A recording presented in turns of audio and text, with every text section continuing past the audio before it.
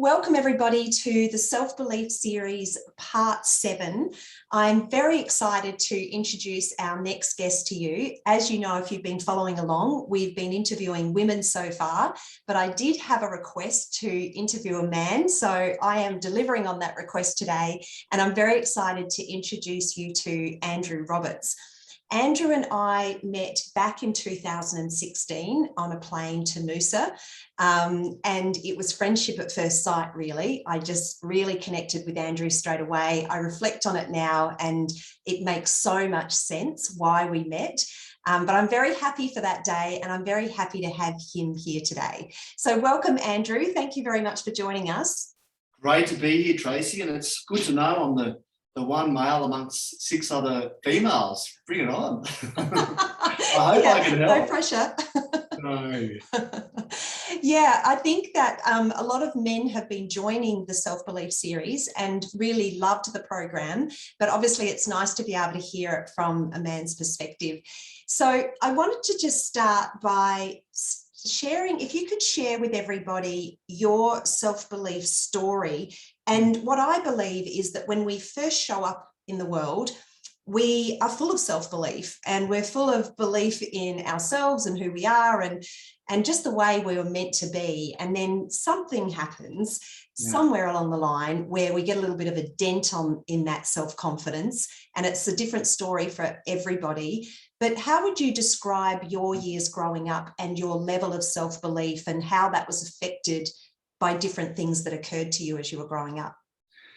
It's such a great question, Tracy, and I had something happened to me this morning, and I'd love to come back and visit after this answer, because I grew up on a farm, and we had a father that was a Vietnam War veteran.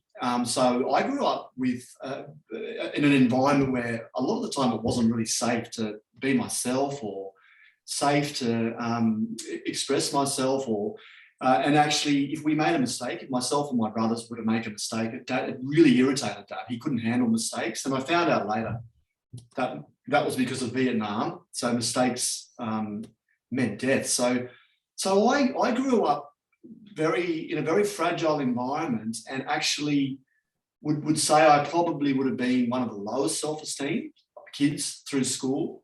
I had no confidence in so many areas in myself, or meeting girls was a shocker, and even the thought of getting into business and doing this would have been far removed from my thinking. I was petrified of speaking in public because of making a mistake and looking silly, or so. Yeah, really low self-esteem, and it's really, particularly through your call, Soul Pleaser, the awareness that I've learned that none of those things were created. They're not true anymore for me, and I can let those go. So yeah, we'll come back around and I'll share what happened this morning. But it's been a learnt process for me, and a lot of work, and a lot of self-awareness, Tracy, again, which I'm so lucky to receive from the help of you.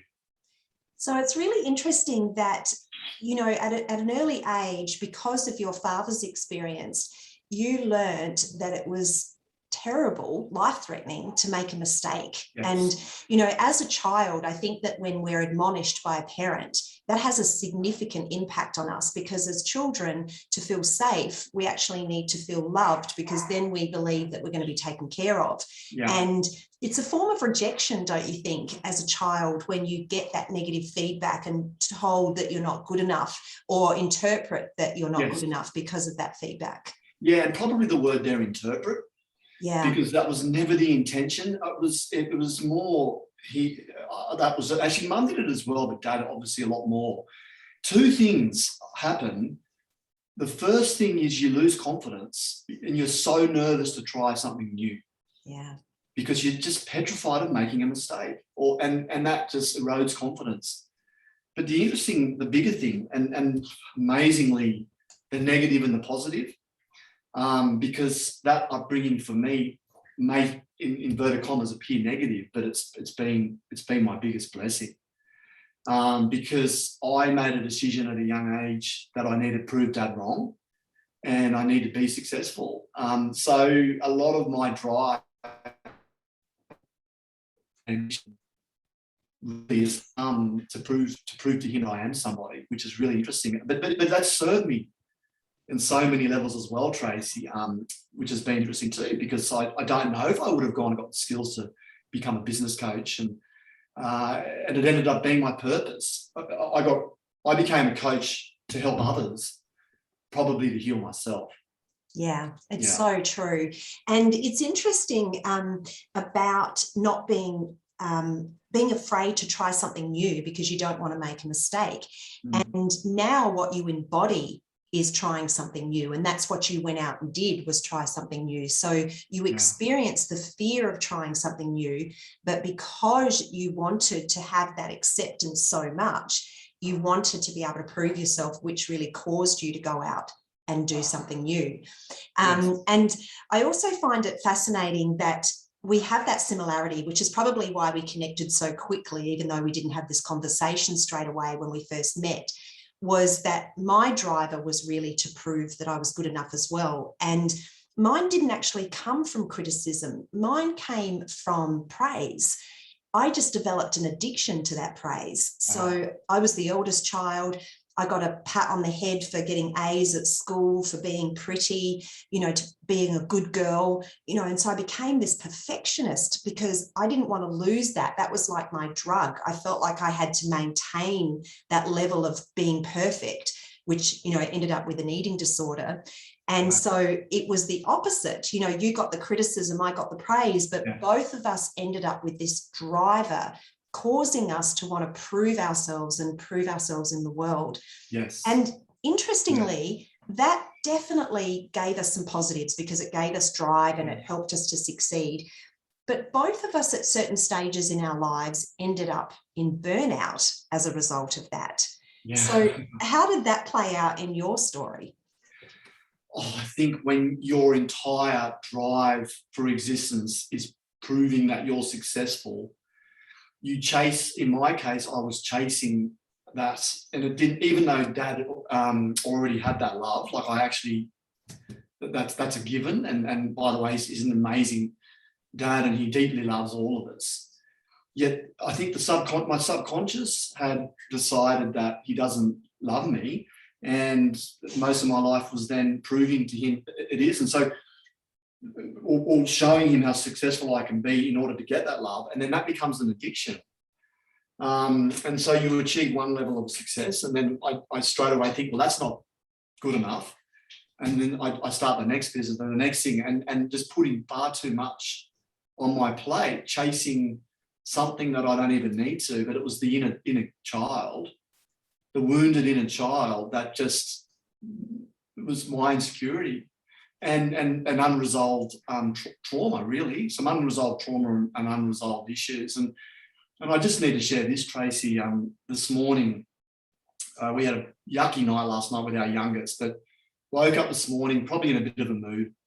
And my eldest 3-year-old son wanted to get some water, and of course wants to do everything himself, as I did as a 3-year-old. And he's just a real strongly independent kid, as I was, and as my wife Sunny is actually. But he wanted to fill up his water bottle, and I said, you can do it, but just be really careful, don't spill the water. And he filled it up and dropped and spilled the water everywhere. And it was really interesting because I reacted and ran over there and roused on him, and actually it was the first time I've done it. I gave him a slight smack.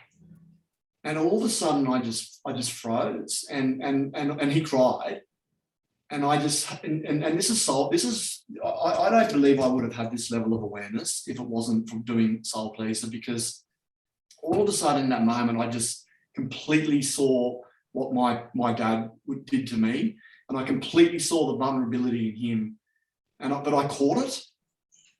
I caught it, like it was, and I got really emotional, and Sunny was watching, and it was just that moment where I went, oh my God. Yeah. How easy is it to repeat the behavior of Dad's dad probably did it to him. Exactly. Yeah. And that's what it is, isn't it? It's that level of awareness. So the programming is still there. You know, what you modeled, what you saw, what you accepted as normal as you were growing up is still there. But like you said, in the moment, you were able to catch yourself doing it as if you were watching yourself and pause and be like, this is not me, like this is not the real me. It's so interesting. I really appreciate you sharing that story, because it's really easy to repeat history because we're playing out those patterns that we've picked up. Yeah, and it would be so easy just to think, oh, well, that's how Dad did it. Yeah, that's how Mum and Dad did it. That's how I'm going to do it. But I think we can change patterns. Yeah, and that, you know, I think when you take that, you've helped me take that responsibility on. And not only that, Tracy, I attract people like Dad into my life, and you've also helped me learn that I'm attracting these people into my life because I haven't healed that part of myself. I mean, that I don't know if you recall, but that was significant for me too. Yeah, you helped me, because I couldn't stand up to Dad when I was a kid, but you've also helped me learn to stand up for myself. Well, Soul Pleaser really did, because just to recognize that when people are coming into my life that are irritating me or causing me, if anyone ever tries to tell me what to do, I snap at them. Yeah. Because I'm like, don't tell me what to do, and it's my pattern. Yeah. And taking that level of responsibility and understanding that everything is coming to you because you attract it, because it's easier to just blame the situation and say, you know, this person needs to change. But when you become very aware that everything that you're experiencing is related to you replaying a pattern, so that you can become very aware of it this time round, now that you're an adult, and do something different rather than responding like accepting the behavior or avoiding confrontation. You know, this is why we end up in these relationships where we're just not speaking our truth, is because we want to avoid the confrontation. And obviously as a child, we want to avoid the confrontation, and so we don't speak up. But we can come into adulthood and we're still being the child that we were when we were growing up and not speaking up. So it's amazing how you've been able to identify that. But I also want to come back to the word that you used before when we were talking about becoming burnt out and how you become addicted to the success. And addiction is a really powerful word. And I think that so many people will be able to relate to your story, because as we both are a part of the Farm Owners Academy and we work with a lot of farmers, there is this work ethic that's passed down the generations where you work 7 hours a day, 7 days a week, 10 hours a day. And that's normal, and that's what you're supposed to do. You're the breadwinner, that's what farmers do, that's how you make ends meet. And so you observe it and then you do it. And then you get to a point where you're starting to feel tired, or you're having a breakdown in your relationships, and you want to stop. You want to stop doing so much work, and you can't. It feels like something else is, it's like you're dragged out to it, like you're actually addicted to it. And I was absolutely a workaholic before I had my breakthrough. Yes. I mean, there's actually proven as well that there's a dopamine release on hitting a goal. And it's a squirt of chemical in the brain. And often people get that squirt, and then over time it wears off. And then you go looking for it. There's no difference to being addicted to a drug. And you're chasing that short-term high, that success in inverted commas. I think what society paints the picture of success. But where I think it's, again, all starts from, Tracy, is back at school. Like, we've got to get a good grade to get into the next year. I mean, if you don't get a good grade, you don't even get into the next year. So there's fear created. And then all of a sudden you've got to get a good HSC mark in my case, or a great, and there's so much pressure on kids to then get into university. Then you've got to succeed at university, and then you get into corporate or whatever it is, wherever you go, and there's always that next thing, isn't there? And so I think it's programmed from an early age. Yeah, it really is. And the other thing that goes along with that, when you think about the grading system, is it teaches us to compete with each other. Yeah. We were having a conversation today in the Soul Pleaser program around comparing ourselves with each other. And one of the ladies was talking about vertical relationships versus horizontal relationships. Vertical meaning you judge someone as being above you or better than you, and you judge someone as being, less than you, and where do you sit in the pecking order, rather than what we teach in Soul Pleaser, which is we are all the same. We are all this creative energy, all have the same ability to create the life that we want, and nobody is better than another person. And so this competitiveness, both in the sporting field and in the classroom, and this wanting to be the best, I found that was one of my drivers as well. And it's a slippery slope if you're always looking at other people and comparing yourself with somebody else. There's always going to be somebody else that is better at something than you. And it really blocks you from being able to embrace who you are and really love who you are, which is one of the things that changes everything. Well, one of my biggest realizations is, through Soul Pleaser again and through self-awareness, is I am a really simple person. And I love living a very, very simple life. In fact, it's so simple, it's ridiculous. I don't really want to buy anything new. I did mention today we are waiting to get a new home. And apart from that, that's the only thing, is just having a nice environment to live and raise a family. Don't care about the cars, don't care about clothing or anything like this for me. And in fact, I don't even really need travel anymore. But it's fascinating. I'm so simple, and all the drive for all the success in the businesses wasn't even needed. It was done from a place of wanting to prove to Dad, but equally to my peers. There was an element of that comparison. Hey, look at me, all my school friends. Look how well I'm doing. Yeah.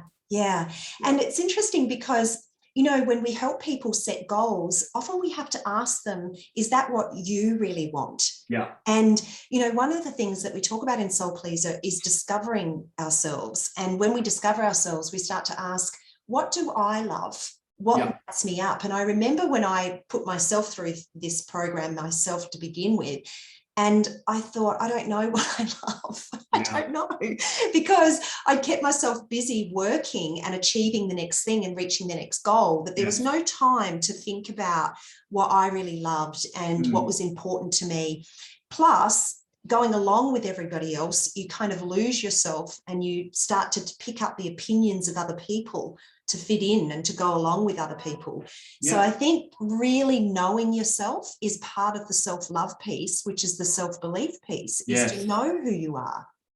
Yeah, and Tracy, a lot of people often ask the question, how do I get clarity? And of course, I think a program like yours starts all the questions. And then the second thing I would say, go and have a couple of days in nature on your own and stop asking, because no one else knows what you want. Other than the deep stuff that's coming from within, which is your heart, right? I mean, your soul. And when I get lost and I just go and have a couple of days away from busyness in nature without a phone, and I mean, I get more often the help from a tree, just sitting at the base of a tree, particularly in great thick nature or an environment that's you love. That's often when you can hear yourself. And you can ask those questions, what is it that I want? What do I, what's important for me? And a lot of it's just not what society thinks, There's a great diagram shown to me where you've got, if you like, source and the real you, and then above it was society, and then it's got also your fears. And it's pulling you away from the real you. So exactly what we're speaking about here, living a life that you think you should be living because of society or driven out of fear. Yeah, it's so true. And I often say that we're either making a decision based on fear or love. We're either under the influence of our conditioned personality or what other people think or what other people have told us, or under the influence of our soul, or that source energy, you know, that alignment with who we really are.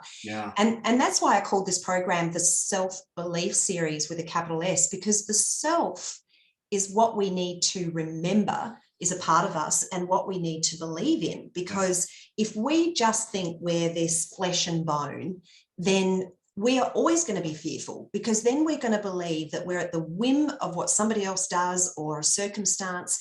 And then our faith or our love is conditional. Whereas if we can really believe in self and trust that and go into nature and go within and get the answers from within us, then we can understand that we always have that power at our fingertips, and we don't need to be at the whim of things going wrong and worry about what might happen. When you are so right, and when you develop a realization, what you're speaking about now, that we're not just this body, we are connected to, we're beyond that. When you drop into that and you own that and you wake up to that, you all of a sudden stop caring about the future, because you actually finally realize that everything's looked after. You finally realize that actually this earth, this universe is so friendly. It's going to send me challenges, but those challenges are never done out of anything other than opportunity to grow and become more aligned with the self. But you know, I just have stopped worrying about the future, and I used to do it so much, and that would often drive me to start the next thing, or you know, I'm not going to have enough money, or whatever it is, or what if the kids do it. But I think I've learned to just bring it back and just accept and just be cool with the future regardless, and and focus on being, you know, self-belief for me is just focus on the things that are important to me right now. And being trust. Present. And that whole stop worrying is really one of the most important changes, I think, that you shared when you did the Soul Pleaser program, was you knew how to be successful. You knew how to push and take lots of action. You're so good at taking action. We both are. Like, if, you know, give us a goal, we'll work out a plan, and we, like a dog with a bone, will follow that. We have no problem. We're not procrastinators. Like, we just get on with it. And so we really had that in common. And we could do it again if we wanted to. You know, if we're inspired to take a lot of action, we can still do that. But when we were just so driven to do that, what we didn't have was peace of mind. And the relief of not worrying, the relief of not being driven by that dopamine hit, by that cortisol, you know, that addictive personality where as soon as you achieve one thing, it's like you barely take a breath and you have to take the next. To come into this place of feeling peaceful and not having that worry, you can't really put a value on that. I think that is so life-changing to be able to live that way. I mean, just to sit in for 2 or 3 hours in a day and not have to worry and feel zero guilt. And imagine, I mean, I now on Fridays just very, very rarely work. It's the full day off, and I definitely don't work on a Saturday or Sunday, but just I don't have any guilt. It just doesn't matter. And I actually really enjoy the day. I go to the beach and actually don't rush or think I should be doing something else, because what else should you be doing?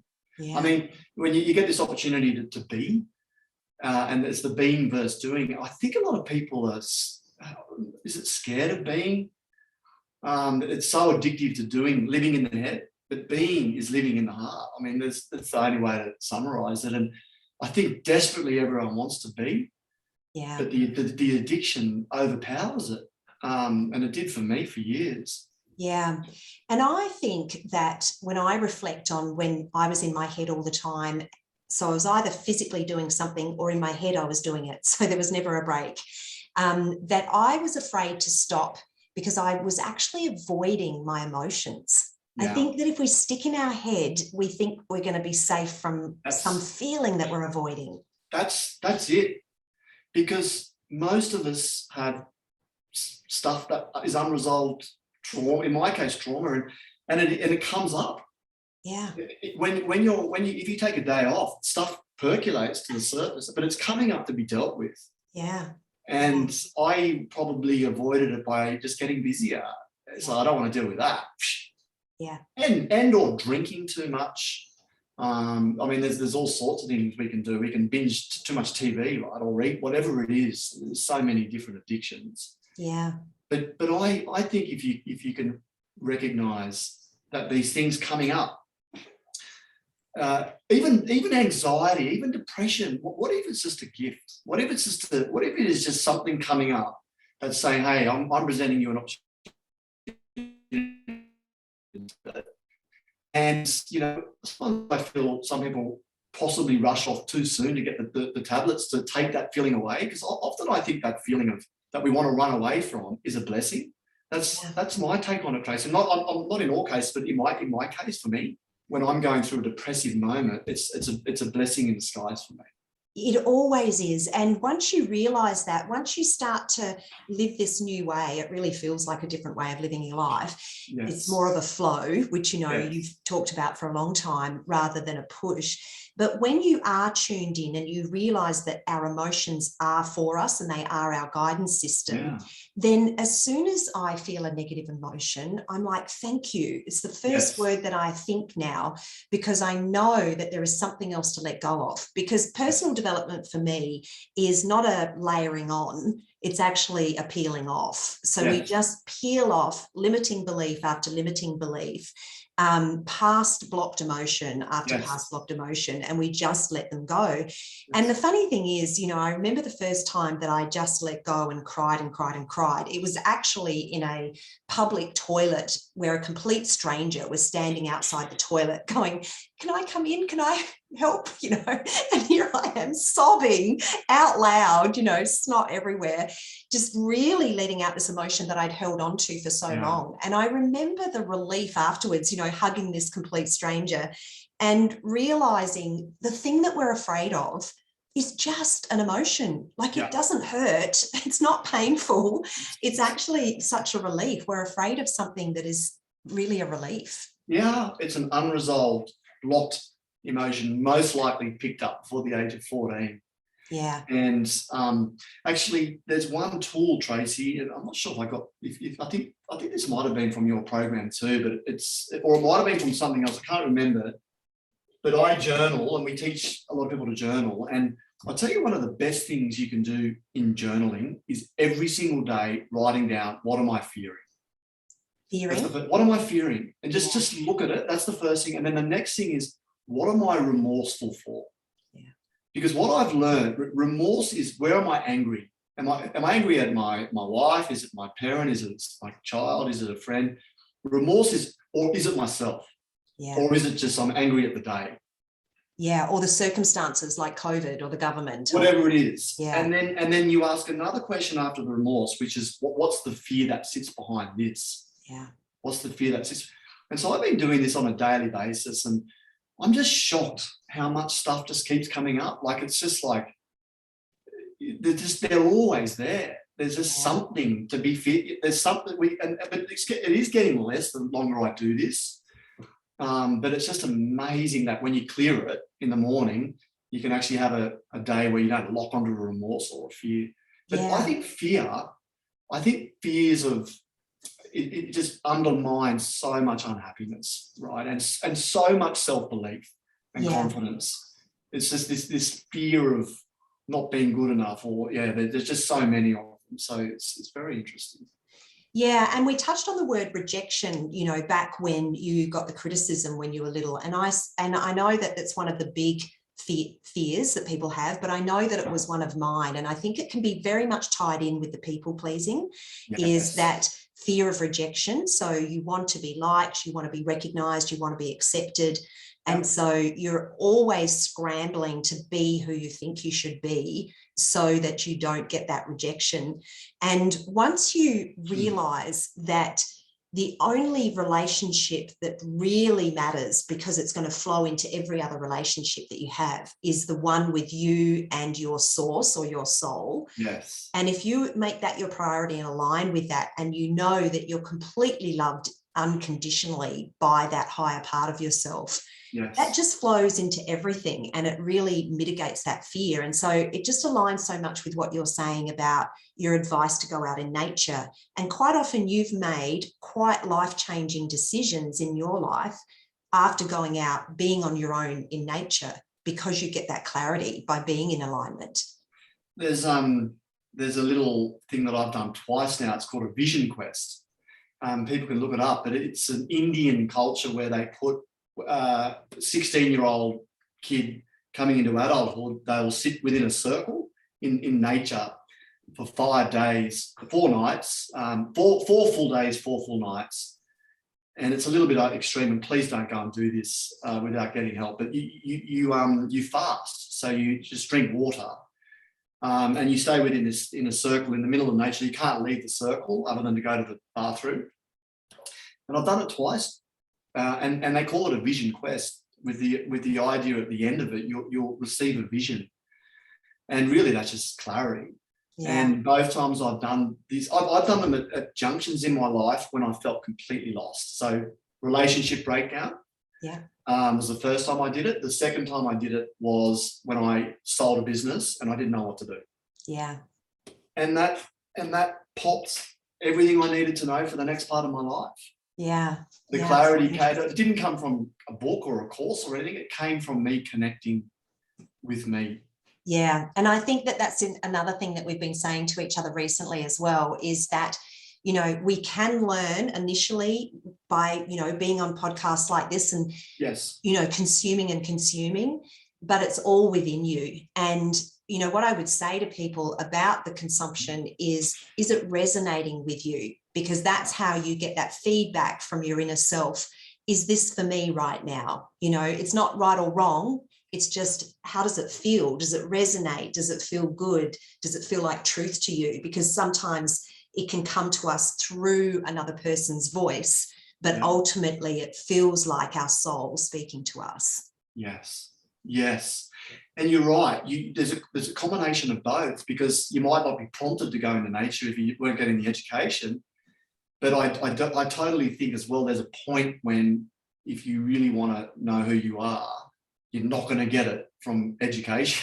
You need time on your own. You know, you need to be away from everyone. And so one of the best things people can do is give themselves permission to go and have a week or 10 days away. I mean, I used to go to Bali and have 10 days in Bali, and I'd have the biggest transformations, Tracy. Like, my biggest shifts come when I stop. Yeah. When I stop and enter being and stop the doing. Yeah. That's been my biggest transformations.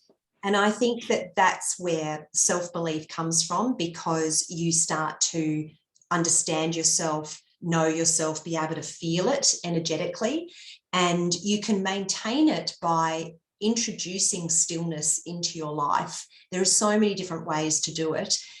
What's your current morning routine? I know that our routines are always evolving, but what do you generally do on a daily basis? Because you've got very young children, so you're probably woken up by them in the mornings or in the middle of the night. We have a very early start of about waking up at 4:30. So the first bit of it's just enjoying children and drinking too much coffee at the moment, Tracy. It's just doing whatever it takes.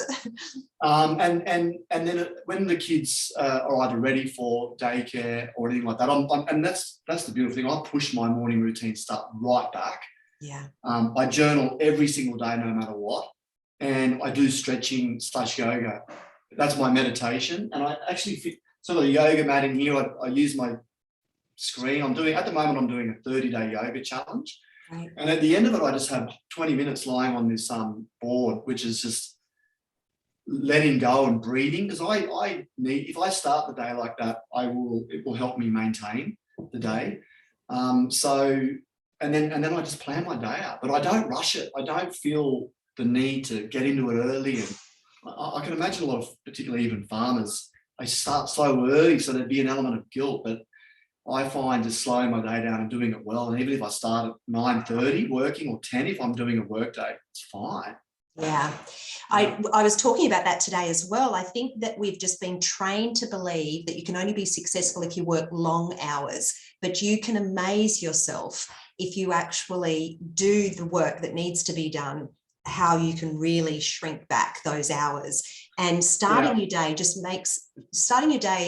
aligned just makes you so much more productive, that you are more efficient and you do get more done in less time. Yeah, meditation and yoga, it slows time down. Yeah. Because you're slowing your brainwave down. Yeah. So it's proven a day feels longer. There's more time. Yeah. But equally, look, it's where you're at and the stages in life as well. Because of course, at the moment, I'm also not running a busy business. And Tracy, I don't have the calling to at the moment. Yeah. And if I was, it would be different. So I just thought I'd share that too, that right now, my calling is just my children. That's just what I'm supposed to do right now. I can't explain it. It's all through my bones in my body. It's my major priority. And I think that's going to change fairly soon, because we've got a 3 and a 1 year old, and I feel they're popping out the back where they don't need as much. I'm probably kidding myself with that, really, but oh no, they will become more independent for sure. Yeah, but it's just, I'm feeling that that's where that focus needs to be. So it's good to have a morning without doing anything where I can just get to hang with them. Yeah, they're my priority. Priority, I think, is measured by time, right? Yeah. So I love hanging out with them in the morning and wrestling them or whatever we do.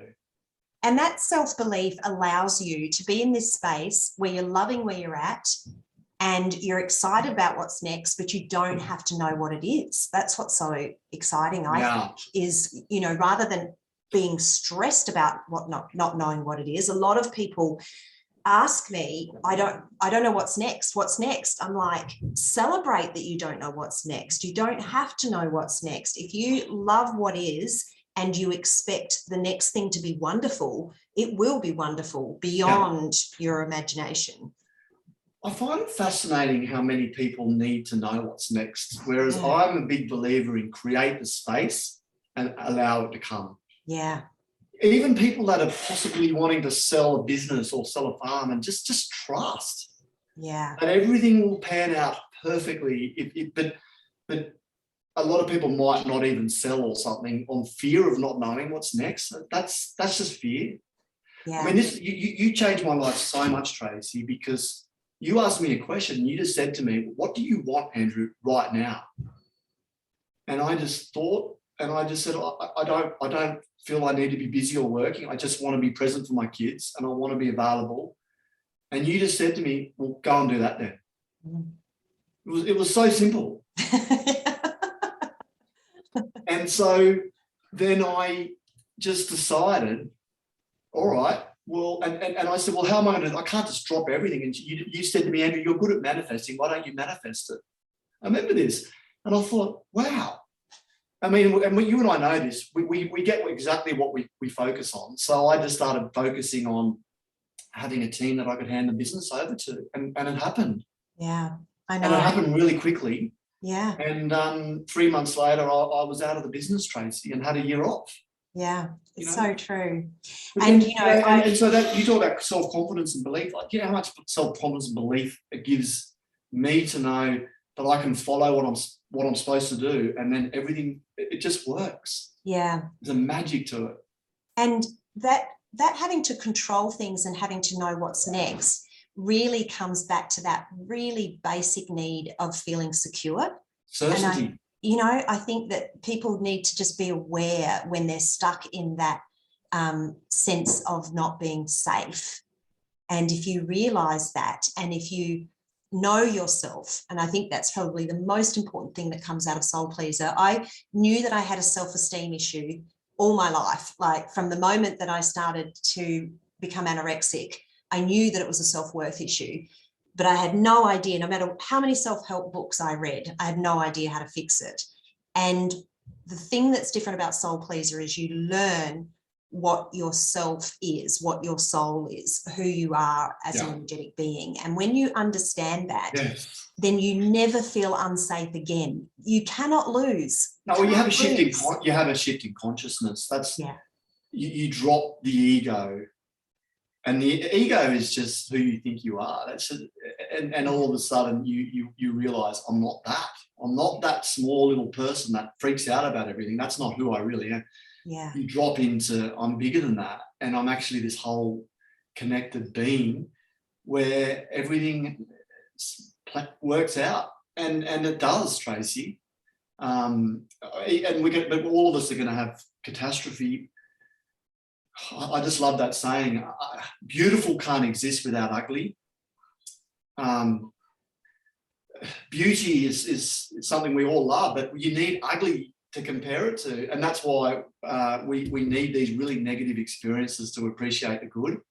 But then when you drop into that consciousness that you teach, you just realize the good and the bad, the yin and the yang, the night and the day, the winter and the summer.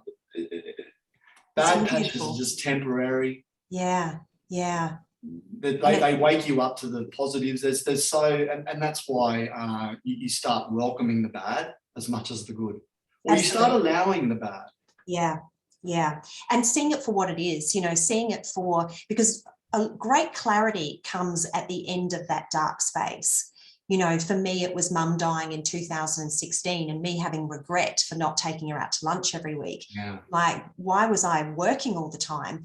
But that woke me up to what's important in life. I was like, I've got my priorities mixed up, And so I put myself at number one, and I put my family and friends next, and then I put business down here. And it had always been the other way around, with business at the top. And when I made those changes, everything changed. But I love how you share the story of knowing when I had that conversation with you that you just wanted to be there for your kids. You had no idea how it was going to happen, so you just manifested it. And I think it's those details that everybody gets hooked up with, the attachment to the how. Yeah. And, people say, how did Soul Pleaser come about? Well, mum died. I had a breakdown and said, I need to work less. I'd like to help people from 9 till 3, Monday to Thursday, working from home. That's all I knew. I didn't know anything else. And then I sat next to you on a plane, and next minute I'm helping farmers. Like, how could I have made that up? I couldn't have made that up. Everything is working perfectly. It's showing up. It's, and here's that's the perfect example of the most incredible blessing coming to you off the back of possibly one of the hardest things you've ever been through, the death of your mother, waking you up to your purpose, Tracy. Well, she had you, I believe she manipulated it. She died in January. She had me sit next to you in February. It was only a month later. Wow. Yeah, it's amazing when I reflect on it. Yeah, I just find it's, and then you I'm not sure you have this too. You just wake up to the beauty of life, that there's all these things. An example the other day, I let the kids play in Sonny's car. They broke the car. So it was up to me to then get it fixed. And then Sonny was driving around my car and forgot to tell me the petrol engine was empty. So I'm driving around in the car with empty petrol, ran out of petrol, really angry at Sonny. Like, damn, why didn't you tell me?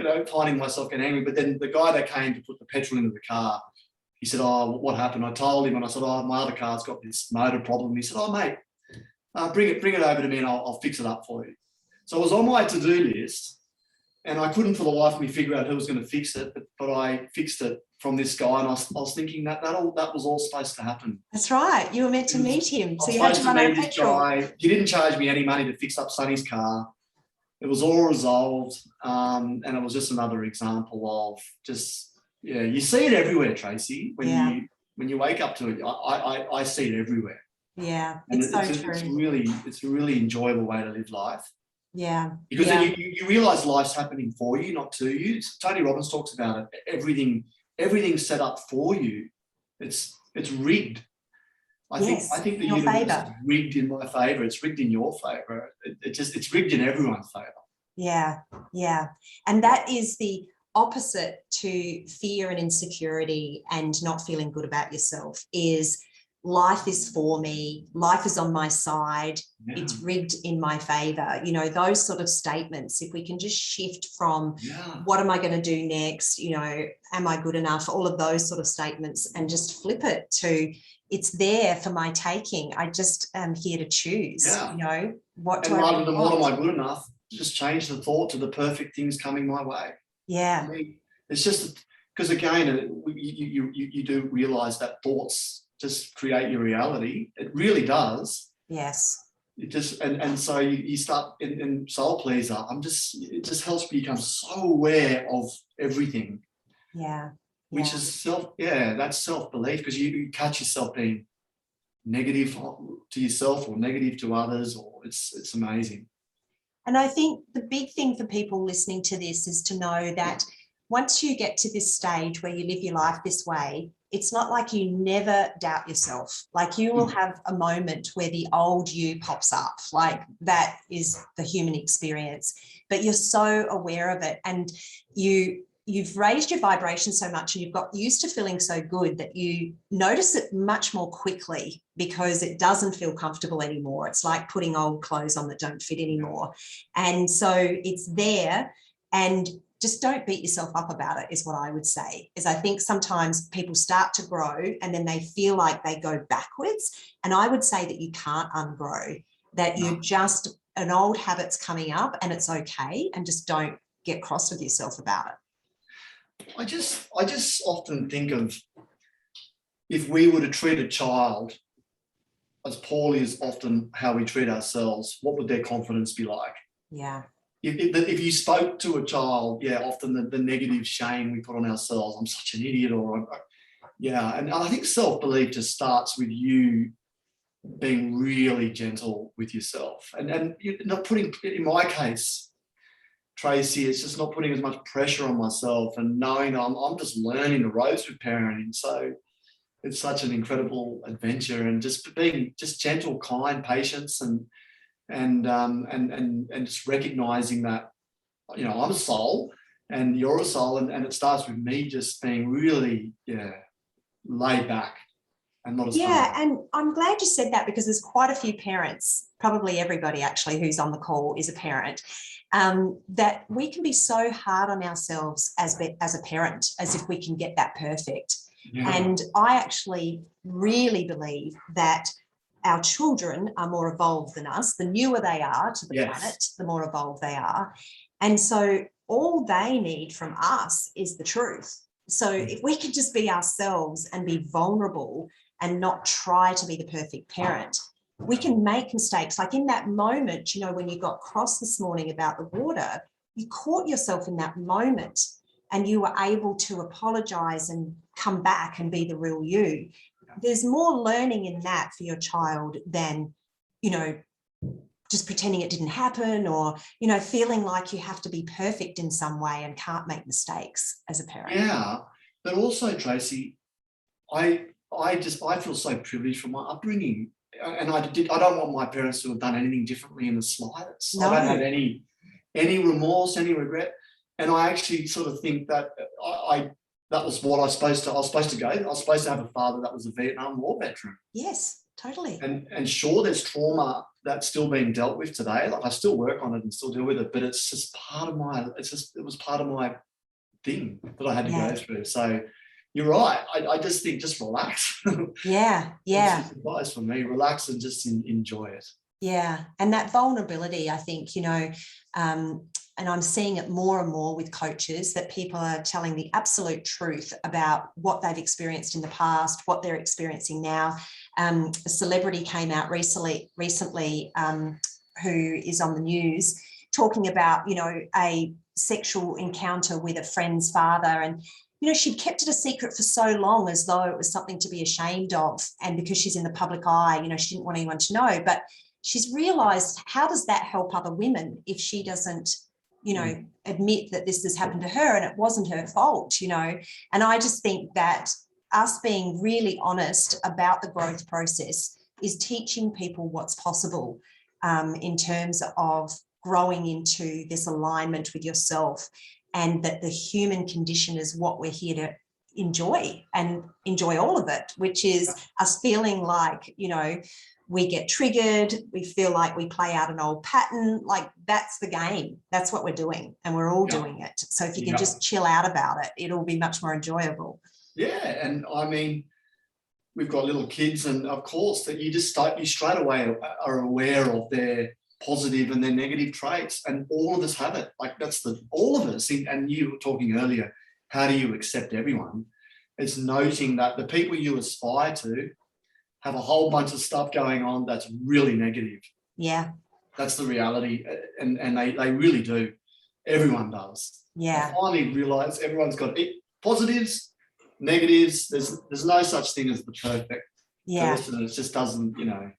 No, and you cannot stack them up in order. There's no better or worse. No. You just cannot compare. So you have to let go of comparison altogether and just completely embrace yourself. And it's just the most amazing thing, you know, the sense of freedom to be okay with who you are and show up as yourself and be honest in each moment. You know, even if it means getting angry, it's what you feel at the time. There's no point in pushing it down, because everyone can feel the energy of that anyway. You may as well just feel the emotion, and then as it subsides, you can come back and, you know, talk about it later. But yeah, that's a big one for me. I grew up as a good girl and was told, don't answer me back, was my dad's favourite saying. So I learned to swallow whatever it was I wanted to say. And I grew up as an adult like that, not really saying what I wanted to say. And it's just liberating to speak up and say what you want to say. Yeah, and not care if people like it or not. It just doesn't matter. Yeah, exactly. Well, we've got a few minutes left, so I will just open it up to questions. If anybody would like to ask Andrew a question, please just comment in the chat box, and he can answer that before we go. Oh, thanks for that, Celia. Just a message. Thank you, Celia. I think we can all see that one. Yes, it is, Priscilla. It's definitely your purpose right now. Yes. I think sometimes with purpose, people get really caught up with attaching it to income. You know, they think that your purpose has to be related to money, and it doesn't. Adele, I can't wait not to care what others think. It is liberating. It is liberating. Was it a gradual process for you, Andrew? It's quite interesting reading that comment, actually. Is that Adele from? No, actually, not sure. Is this the Adele we know, or is this a different Adele? I think it's a different Adele. Okay, so it's just an interesting comment, because that's also saying, I can't wait not to. There's an element in that comment which is saying, but I am going to wait. I can't wait not to care what others think. Does that make sense? There's an element of, I can't wait, but it's not happening now, but there's going to be a gap between now. Yeah. And there's an element of, don't get me wrong, of course it's gradual, but I think just own it now. And just liberate yourself now, rather than thinking, oh, I can't wait for this not to happen. It's almost like, I'm working right now. I'm not caring what people think of me. Yeah, that's a good point. Yeah. But of course, and do I still people please? Yes. It's a work in process. I catch myself all the time. Like, we're buying a house at the moment, and we put an offer in, and I felt like ringing in and offering more, because I felt a bit guilty. It wasn't quite enough, you know. And Sonny's like, "What the hell are you thinking?" So I'm such a people pleaser and things like this, but and I'm working on it, Tracy. It's a work in process. But I've been liberated in so many ways. I've learned. I used to go to an event, Tracy, and present to a group of, say, 100 farmers, and there'd be 2 people in the room that just hated it and really disliked me. I'd rub them up the wrong way, and the feedback would come through, and I would just spend the whole week worrying about those 2 and forgetting about the 98 people that loved it. Isn't that crazy? I know. I'm focusing on the 2 that don't like it, rather than the 98. And finally I've gone, I don't care. Yeah. If there's 2 people that hate it. Who cares? Yes, because we're not for everyone. Like, we're just not for everyone. I'm not supposed to be for everyone. Yeah, it's so true. When I introduce people to the Calmness Code Challenge, where they get to know me and then perhaps do Soul Pleaser, I say to them, you might start the Calmness Cone challenge and think, what on earth is she on about? And then you'll know I'm not for you, and I'm so okay with that, because it's just liberating to realize that. Yeah. Danielle's asked advice on learning how to not focus on those two people. I think for me on that, Tracy, and I'm sure you got something, but it's exactly what you just said. It's to recognize that there's going to be people that are going to hate me. It's a bit like a song. Like I might state a song that I love, Tracy, and you don't like it, but it's not the singer's fault. No. That you don't like it. Yeah. And I think for me, Danielle, is just to realise that there's going to be people out there that don't like you. So just do your thing anyway and stop caring about it. But speak your truth, and if people like it, great. If they don't like it, great. Exactly. Yeah. And, what makes the world so wonderful is how unique we all are. We're not all the same. How boring would it be if we're all the same? So, of course, people are not going to get us. Like, I said to my daughter the other day, she's going to catch up with some friends she hasn't seen for a while. And she said, I'll just ask them about them. And I said, that's a good idea. I said, nobody asks me what I do because they think what I do is weird. And I genuinely laughed about it because I genuinely think that it's funny. I don't mind that people think what I do is weird because I love my weird. Yeah. So, it's just really owning what you do and who you are, and the people who like what you do will find you and the people who don't won't, which is perfect. Yeah. If you just on that, Tracy, if we've got a time to read out that Marianne Williamson quote. Have you who am I to be brilliant? Yeah, read that out. Have you got that handy? I'll bring it up quickly. It's just, I'll just read a couple of things out while you're looking for that. Yeah. Dorringtons have said, it's probably Simone, judgments can kill the joy. Absolutely. Letting go of judgment is a big part of Soul Pleaser. Adele, thank you, Andrew. So greatly appreciate all your advice and so grateful you are back a part of Farm Owners Academy. Oh, thank you so much. Happy to be helping, which is great. Let me read this out. It's just quickly. It's quite quick. It just says, we ask ourselves, who am I to be brilliant, gorgeous, talented, fabulous? Actually, who are you not to be? You are a child of God. Your playing small does not serve the world. There is nothing enlightened about shrinking so that other people won't feel insecure around you. We are all meant to shine as children do. We were born to make manifest the glory of God that is within us. And it's not just in some of us, it's in everyone. Marianne Williamson shared that. I just think that's powerful, because like when you're true to yourself, your light shines, and you, like you, Tracy, you shine, and then you liberate everyone else around you because you're living in your truth, and it's a gift. And everyone, no one would deny that, because you're speaking your truth without caring, and it's very liberating.